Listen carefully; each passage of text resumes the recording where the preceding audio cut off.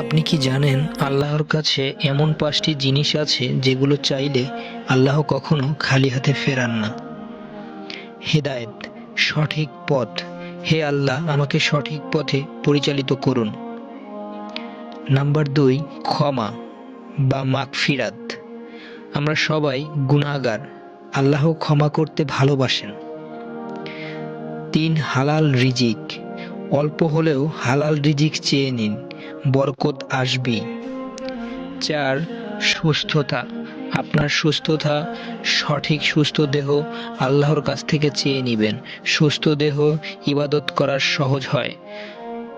5, উত্তম মৃত্যু, ইমামের সাথে মৃত্যু। এটাই একজন মুমিনের সবচেয়ে বড় সফলতা। আজ থেকেই আল্লাহর কাছে এগুলো চাইতে শুরু করুন। ভিডিওটি ভালো লাগলে আমাদের চ্যানেলটি সাবস্ক্রাইব করবেন এবং পরবর্তী ভিডিও দেখার জন্য অবশ্যই কানেক্টেড থাকবেন।